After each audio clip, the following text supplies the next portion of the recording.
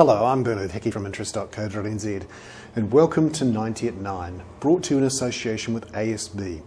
This is our morning briefing where you get everything you need to know to start the day in 90 seconds at 9 o'clock, starting now with news overnight that General Electric, one of the world's biggest companies, has announced it expects profits at the low end of market expectations.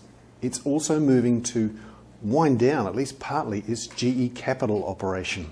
It says it will reduce borrowing and increase the amount of deposits it has to reduce the leverage it has and its reliance on the international wholesale money markets.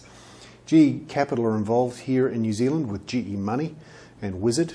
We don't know what that means yet, but obviously GE Capital is downscaling.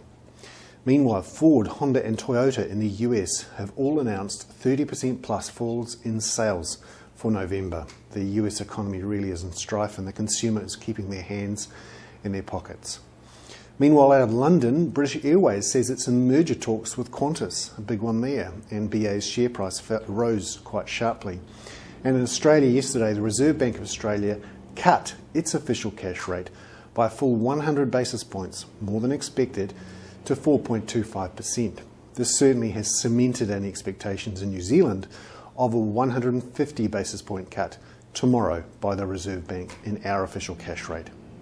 Meanwhile, closer to home in the finance company sector, Strategic Finance, which has $330 million frozen, 15,000 investors, has announced a proposal to repay money to investors, all of it, plus interest, 8%, over the next 5 years. And it plans to have a vote on that on December the 22nd.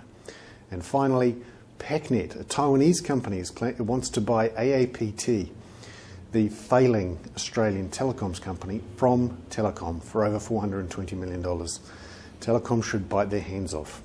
I'm Bernard Hickey. That was 90 at 9, brought to you in association with ASB.